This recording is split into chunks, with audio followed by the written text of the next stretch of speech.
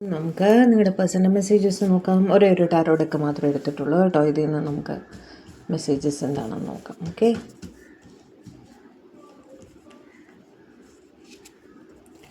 Love is always there despite the distance. നിങ്ങൾ രണ്ടുപേരും ഒരിക്കലും സെപ്പറേറ്റ് ആവാൻ കഴിയാത്തവരാണ് എന്ന് അവർ പറയുന്നു. നിങ്ങളുടെ സ്നേഹം എന്നും എപ്പോഴും ഇങ്ങനെ തന്നെ നിലനിൽക്കുമെന്നാണ് അവർ പറയുന്നത്. I need more time to think. കുറച്ചൊരു സ്പേസ് അവരെടുത്തിട്ടുണ്ട്. ഒന്ന് കാര്യങ്ങൾ തീരുമാനിച്ചിട്ട് വരാം എന്നാണ് അവർ പറയുന്നത് കേട്ടോ. I feel shattered about this situation. നിങ്ങളെ വിട്ടു നിൽക്കുന്നതിൽ അവർക്ക് വലിയ സന്തോഷമൊന്നുമല്ല. അവരും വിഷമിച്ച് തന്നെയാണ് ഇരിക്കുന്നത് എന്ന് പറയുകയാണ്.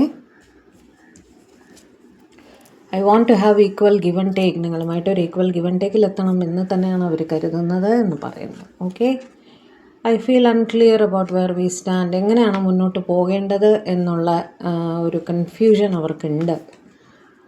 I see you a side of the story. പക്ഷെ നിങ്ങളുടെ ഭാഗം അവർ പൂർണ്ണമായും മനസ്സിലാക്കുന്നു എന്നും പറയുന്നു കേട്ടോ. I don't want to run any more. അവരുടെ ഫീലിങ്സിൽ നിന്നും ഇനി ഓടി ഒളിക്കാൻ അവർ ആഗ്രഹിക്കുന്നില്ല എന്നും പറയുന്നു.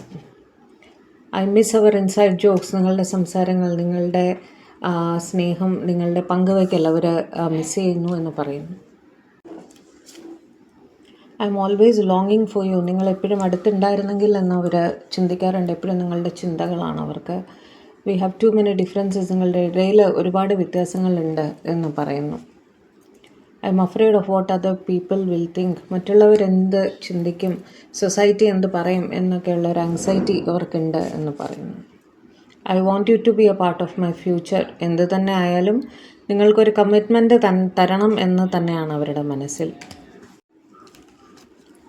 I want you to be a part of my future. ഒരു കമ്മിറ്റ്മെൻറ്റ് നിങ്ങൾക്ക് തരണം എന്ന് തന്നെയാണ് അവരുടെ മനസ്സിൽ എന്ന് അവർ പറയുന്നു. ഇത്രയും കണ്ടതിൽ നിന്ന് നമുക്ക് എന്താ മനസ്സിലായത്? നിങ്ങളുടെ പേഴ്സൺ ഒരു കൺഫ്യൂസ്ഡ് സ്റ്റേറ്റിലാണ് ഇപ്പോഴും നിൽക്കുന്നത്. അവർക്ക് നിങ്ങളെ വിട്ടു പോകാനും പറ്റുന്നില്ല, നിങ്ങൾക്കൊരു കമ്മിറ്റ്മെൻറ്റ് പൂർണ്ണമായി തരാനും പറ്റുന്നില്ല എന്നൊരു സിറ്റുവേഷൻ.